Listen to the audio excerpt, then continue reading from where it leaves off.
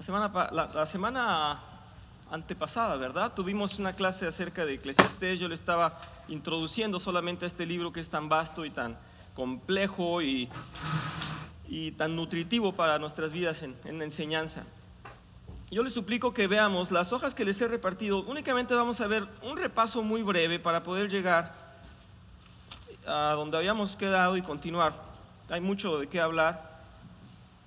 Pero bueno, vamos a decir que el libro de Eclesiastés es un libro de análisis, es uno de los libros, habíamos dicho, sapiensales, ¿verdad? De los libros que se dedicaban a la sabiduría. Dentro de la Biblia habíamos dicho que había libros proféticos, libros sapiensales, libros, ¿qué más? Históricos, muy bien. Este pertenece al grupo de los libros sapiensales, es de mucha sabiduría, de mucha reflexión, y veíamos aquí al escritor, que en un 90% tal vez se puede asumir que es Salomón. Este libro también es llamado el libro del predicador, porque él se sabía que tenía esa capacidad, esa elocuencia y esa virtud tan grande que le había dado el Señor, de una desbordante sabiduría. Habíamos dicho que en este momento se encontraba en un sufrimiento, en un debate contra su persona, contra su humanidad, todas las capacidades que el Señor le había dado y los frutos que veía de todo lo que él había hecho con eso. En realidad, yo había usado un término la semana pasada y espero corregir y que quede claro esta vez. Voy a tratar de explicarme. Me hicieron una observación muy valiosa. Yo había usado por ahí un poquito el término de depresión. En realidad lo que la depresión involucra o da a entender es mucho más un término médico, algo que tiene que ver con nuestros químicos, nuestro funcionar en nuestros ánimos, y no es exactamente este el caso. Entonces voy a retractarme solamente con la intención de situar bien el carácter de estos escritos. No es que en realidad haya tenido Salomón una depresión y que haya tenido necesidad de ciertos alimentos, medicamentos o que haya sido una cuestión médica. En realidad, en México a veces decimos estoy deprimido cuando simplemente tenemos un resfriado y no estamos deprimidos, ¿verdad? Sabemos que la depresión implica algo muy serio, es una patología muy específica. En este caso no. En este caso él estaba sano, simplemente estaba triste y estaba desilusionado porque veía que sus frutos a nivel humano tenían un límite y una falta de satisfacción. ¿Sí estamos de acuerdo? ¿Sí me doy a entender? Acostumbramos muy fácil decir, fulano está loco. Bueno, alguien me dijo, para ser loco hay que merecérselo. Y en realidad es que la locura pues implica un verdadero desorden mental. No es que seas ocurrente, atrevido, payaso. Entonces, bueno, creo que quedó claro. Salomón no estaba deprimido, estaba realmente triste y confrontando, como les digo, todas sus capacidades y sus logros contra una satisfacción interna, una satisfacción del alma que no tenía un vacío. Y entonces por eso estaba diciendo, ¿de qué sirve tener todo esto y no poder gozarlo?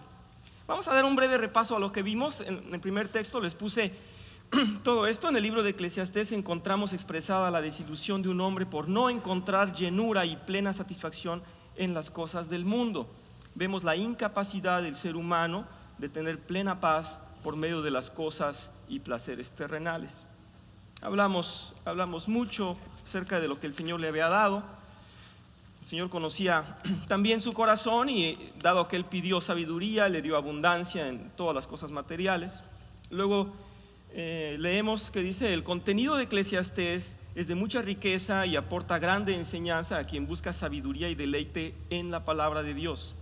Pese a ello, algunos versos pueden ser mal interpretados o juzgados como una contradicción, ya que ciertos pasajes nos muestran confusión, pesimismo y antagonismo, pero con el enfoque correcto veremos que no es así.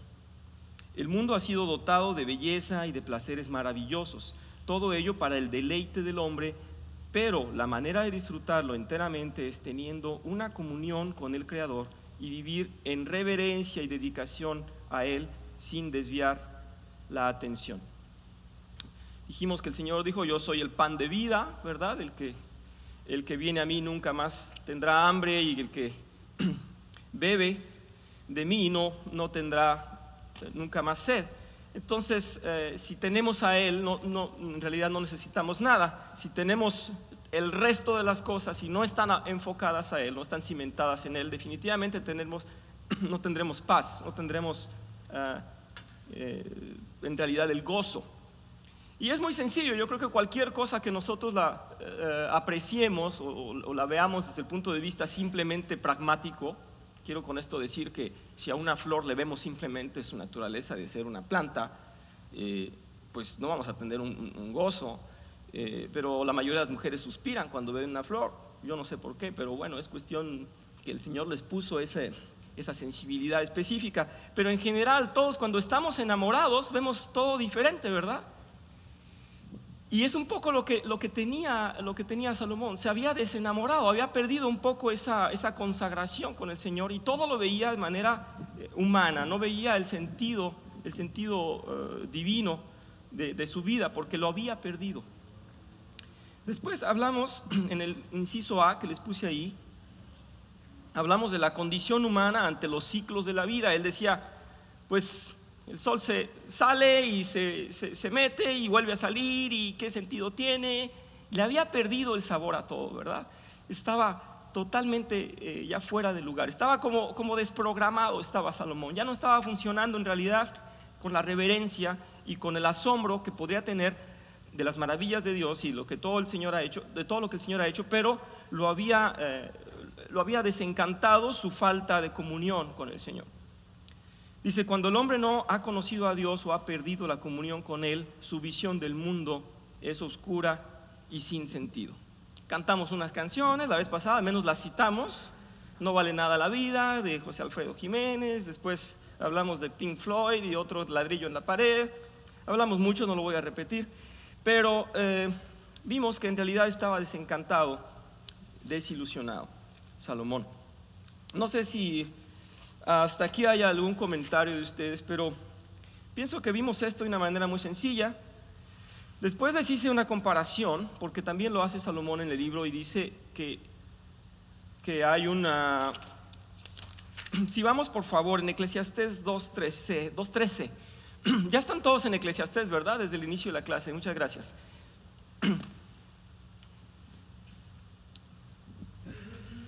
Es preciso y es de veras muy justo hacer esta observación. En Eclesiastés 2.13 dice Salomón, y esto tenemos que guardarlo muy bien en nuestra mente, y dice, pude observar que hay más provecho en la sabiduría que en la insensatez, así como hay más provecho en la luz que en las tinieblas.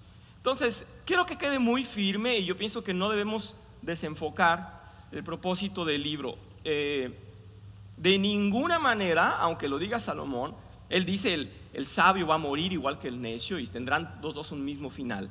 De ninguna manera es igual una vida con luz que con oscuridad. De ninguna manera nos está invitando a cruzarnos de brazos y decir, yo no quiero aprender porque voy a acabar que el sabio, igual que el sabio, igual que el necio. ¿Para qué aprendo entonces? Esa es la visión humana conformista que no tiene ninguna aspiración. Salomón nos está diciendo, es mucho mejor siempre tener la luz que la oscuridad. Y para el Señor, ¿qué somos nosotros? Luz, ¿verdad? Entonces tenemos que buscar conocimiento definitivamente. Yo les decía que es muy triste que algunos hermanos se toman de ese versículo que dice el saber envanece, ¿verdad? Entonces de ahí dicen, no, pues si saber me envanece, mejor no quiero estudiar.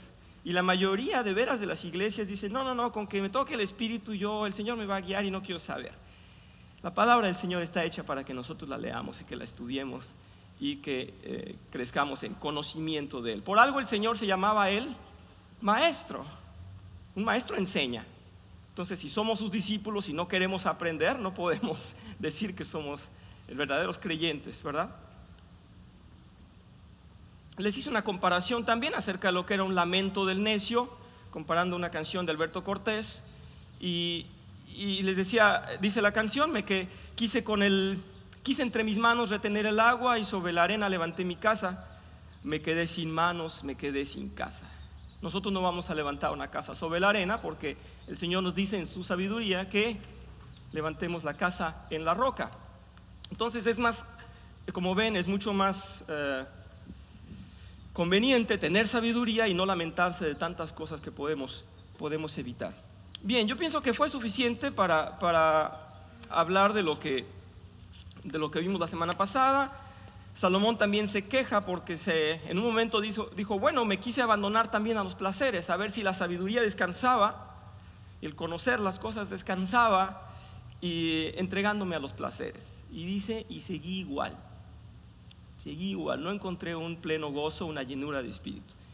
Vimos también que no es para nada malo reírse y entregarse a los placeres mientras estén en el orden justo y apropiado, ¿verdad?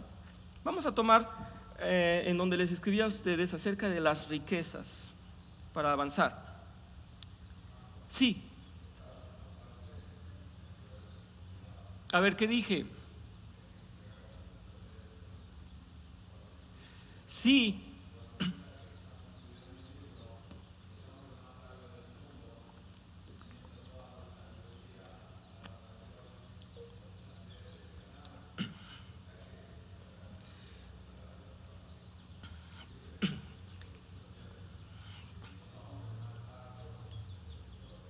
Definitivamente, pastor, gracias por la observación. Bueno, es algo a lo que nos confronta el libro. En realidad el libro nos tiene en una línea muy fina en que podemos definitivamente verlo con pesimismo y abandonar la disciplina o el orden, y verlo con libertinaje o con diferentes aspectos, siempre en ese contraste, ¿no? de lo que debe ser y lo que no debe ser. Yo hablaba la semana pasada de que me gustaba mucho el señor Josh McDowell cuando les habla a los jóvenes, 1000 o 2000 jóvenes, y les dice: el Señor hizo el sexo para gozarnos. Y los jóvenes se levantan y dicen: yeah. Y dice él: sí, pero dentro del matrimonio. Y todos se quedan ya, bueno. Y es en realidad eso. Entreguémonos a los placeres, deleitémonos en lo que el Señor ha creado para sus hijos, pero adecuadamente. Por eso estoy diciendo, en cuanto al sexo, pues debe ser dentro del matrimonio. Y todo lo que disfrutemos tiene una medida. Entonces, si yo tomo una buena copa de vino, la voy a disfrutar como el fruto que el Señor nos dio para gozarnos, pero no me voy a tomar 10 copas, ¿verdad? Por eso digo, en la medida y en el orden en que Dios nos da. Entonces voy a disfrutar la copa ampliamente y con ese aprecio y con esa satisfacción. Yo sé que yo no podría expresar con unas cuantas palabras lo que es el límite justo. El Señor, yo pienso que nos va a dar el límite justo si en realidad estamos en comunión con Él. Pero no tengo otras palabras para decirlo, simplemente que todo tiene una medida y que está dentro del orden del Señor. No sé si alguien tiene una mejor forma o comentarla, por favor les escucho y les agradezco. Bien, pasemos entonces al punto ese que yo estaba sugiriendo de las riquezas. Penosa y sin sentido es la vida del orden, del hombre, que dedica su vida a acumular posesiones y riquezas. En Eclesiastés 2:11 dice: miré yo luego todas las obras que había hecho mis manos y el trabajo que tomé para hacerlas, y he aquí, todo era vanidad y aflicción de espíritu, y sin provecho debajo del sol. Bien, hay citas, tengo Lucas, en donde nos habla de la parábola del hombre aquel que tenía tanta cosecha que quería después hacer un granero nuevo. Y esa es una buena reflexión acerca de este punto, donde le dice el Señor: pues qué ingenuo eres y qué vacío, ¿no? Porque no sabes que puedo venir por tu alma, o ya vengo por ti. Y en realidad, pues ¿de qué te sirve estar acumulando riquezas? Otra cita la vemos en Mateo 6 también, y dice: donde esté su tesoro, ahí está su corazón. También nos dice el Señor: no hagan tesoros aquí, sino en el cielo. Entonces tenemos muy claro que todo lo que es material pues no nos va a dar llenura, pero en este caso está confrontado Salomón, porque a él se le había dado mucha riqueza, muchos bienes, y no encontraba en todo lo que había hecho plena satisfacción. Vamos a ver un poco, si quieren ver en Primera de Reyes 6, 2 o 7, el 1 al 2. Salomón había construido una casa muy grande y no se había negado ningún deseo. Su casa era incluso más grande que el templo que hizo para Jehová. Esas citas de Primera de Reyes 6 y 7 se las dejo para que las vean después, pero se las leo yo mejor para no tomar ese tiempo.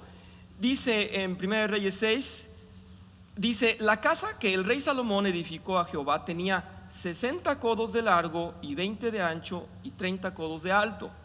Y después en la otra cita que les di en Primera de Reyes 7 dice: después edificó Salomón su propia casa que tenía en 13 años. El templo duró 7 años en construirlo, su casa duró 13 años, o sea casi el doble. Dice: asimismo edificó la casa del bosque del Líbano, la cual tenía 100 codos de longitud, 50 codos de anchura y 30 codos de altura. O sea, mucho más grande su casa, le tomó mucho más tiempo en construirla que lo que era el templo. Entonces, si había dedicado al templo unas dimensiones que denotaban grandeza y una reverencia a Dios, su casa la hizo mucho más grande. Definitivamente fue vanidad. Definitivamente se salió del orden. Nosotros debemos dedicar definitivamente y agradecer al Señor en cada cosa que nos da, pero ser sobrios. Y nos está diciendo que Él, teniéndolo todo y aún teniendo sabiduría, como dice el pastor, se dejó llevar por sus gustos, por sus placeres. Nada se negó. Él lo dice con sus palabras: nada me negué, todos los placeres. Ya habíamos visto que tuvo ¿cuántas? 700 esposas. Al revés, perdónenme. Y 300 y 700. Entonces, pues no se había negado ningún placer, ¿verdad? Ahora, obviamente estamos diciendo que él reinó en un periodo de 40 años. Yo creo que no las tuvo todas en un día o en un año. Sería peor, pero a mí se me viene a la mente tener el montón de mujeres enfrente, como el número que nos da. Bueno, en esos 40 años alcanzó a tener todas esas. Así es que a lo mejor sí alcanzó a disfrutarlas a todas, no sé. O a sufrirlas a todas. No sé, porque ¿saben qué? Les hizo casas a todas. No a todas, pero a muchas. Entonces, bueno, imagínense los gustos de las casas. De 700, ¿te imaginas? Bien. Entonces, vamos a leerlo, por favor, nosotros. Es mejor descubrirlo. Vamos a Eclesiastés 2. Del 4 a 8 dice: realicé grandes obras, me construí casas, me planté viñedos, cultivé mis propios huertos y jardines, y en ellos planté toda clase de árboles frutales. También me construí aljibes para irrigar los muchos árboles que ahí crecían. Me hice de esclavos y esclavas, tuve criados y mucho ganado vacuno y lanar, que todos los que me precedieron en Jerusalén. Amontoné oro y plata y tesoros que fueron de reyes y provincias. Me hice de cantores y cantoras y disfruté de los deleites de los hombres. Formé mi propio harem, dice con exclamación. Cuando los bienes son tantos, son malos. No son males, no son bienes sino males. Bien, decía un historiador muy viejo, que yo creo que ustedes no conocieron definitivamente porque vivió en el año 400 antes de Cristo. Se llamaba Heródoto. Este señor decía: no es tan triste aspirar a mucho y hacer poco.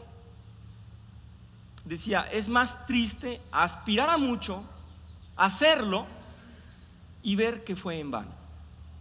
Y es lo que le pasó a Salomón. Hizo mucho, hizo todo lo que él quiso y estaba vacío. Entonces es un poco para reflexionar acerca de nuestras vidas. Repito, a veces nos acomodamos al versículo que más nos gusta, ¿no? Entonces obviamente los perezosos tendrán la tendencia a decir: ¿para qué hago mucho si me voy a desilusionar? ¿verdad? Hubo un conferencista alguna vez que nos dio toda una clase acerca de la pereza, y de veras nos llevaba a confrontarnos aún a los más activos y entusiasmados e hiperactivos. Nos llevaba a confrontarnos a un momento en que en realidad teníamos todos un poco de pereza. Entonces, cuando dijo, bueno, finalmente, ya cuando leyó todo su plan, dijo, finalmente, entonces, levante la mano todo aquel que sea un poco perezoso. Sí hubo algunas manos, pero a otros les dio pereza levantar la mano. Es la verdad. Todos tenemos un poquito por ahí de pereza, pero bueno, nos está confrontando sobre todo a los ambiciosos, a los que queremos hacer mucho y no estamos definitivamente en consulta con nuestro Dios, en comunión con Él, en reverencia a Él y dedicándole todo lo que hacemos a Él, ¿verdad? O sea que es mucho más sensible y mucho más profunda nuestra vida cuando toda está ordenada en el Señor, está fundamentada en Él. Dice, y este es un capítulo muy amplio, vamos al inciso E, en Eclesiastés 3, del 1 al 8. Él habla acerca del tiempo y dice, todas las cosas bajo el sol tienen un tiempo y un momento. Hay un tiempo para nacer y un tiempo para morir. Un tiempo para plantar y un tiempo para arrancar lo plantado. Hay un tiempo para matar y un tiempo para curar. Un tiempo para destruir y un tiempo para construir. Hay un tiempo para llorar y un tiempo para reír. Un tiempo para hacer duelo y un tiempo para bailar. Hay un tiempo para arrojar piedras y un tiempo para recogerlas. Un tiempo para abrazarse y un tiempo para separarse. Hay un tiempo para buscar y un tiempo para perder. Un tiempo para guardar y un tiempo para tirar. Hay un tiempo para rasgar y un tiempo para coser. Un tiempo para callar y un tiempo para hablar. Hay un tiempo para amar y un tiempo para odiar. Un tiempo de guerra y un tiempo de paz. Es hermoso, es muy profundo. Merece una clase o muchas clases simplemente esta reflexión tan corta. Voy a tomar simplemente 2 o 3 versículos de aquí, pero desde el principio dice, todas las cosas bajo el sol tienen un tiempo y un momento. El Señor, desde un principio, y por algo fue escrito en el Génesis, cada día de la creación, el tiempo que el Señor dedicó a cada día, y nos estaba dando un patrón también, un orden en nuestra vida. Les decía yo que Adán y Eva, cuando hablamos del día del Señor, pudieron contemplar que el Señor reposó el día 7, ellos fueron hechos el día 6, ¿verdad? El día sexto. Y el orden, cuando el Señor nos exige tener un día de reposo, un día dedicado a Él, Él nos lo enseñó, Él mismo lo aplicó. Entonces hay un tiempo para cada cosa, hay una dedicación a cada cosa. Tiempo para nacer y tiempo para morir, dice. Es correcto y es sano y es normal que el ser humano tarde 9 meses antes de nacer, ¿verdad? O para gestarse, para poder nacer. Si nace antes de ese tiempo, decimos que es prematuro, que no es el tiempo normal. Entonces lo normal es que tenga todo su tiempo. Cuando lamentamos la muerte de algún ser querido, siempre quisiéramos en nuestro corazón que hubiera vivido un poco más, pero para el Señor es el tiempo justo. Aunque sea de una manera arrebatada, para el Señor es el tiempo justo, el tiempo perfecto. Y así es, todo está en su orden. La cosecha, porque aquí dice un tiempo para plantar y un tiempo para arrancar lo plantado, definitivamente que obedece a Dios. El hombre desde un principio escuchó a Dios para ver cuándo tenía que plantar y cuándo tenía que cosechar. En el sentido espiritual, para nosotros también es muy importante que lo entendamos. Yo he hecho mucho hincapié en eso y les he dicho que no forzosamente al que le predicamos, en ese momento vamos a tener el resultado. En ese momento vamos a ver que se convierte.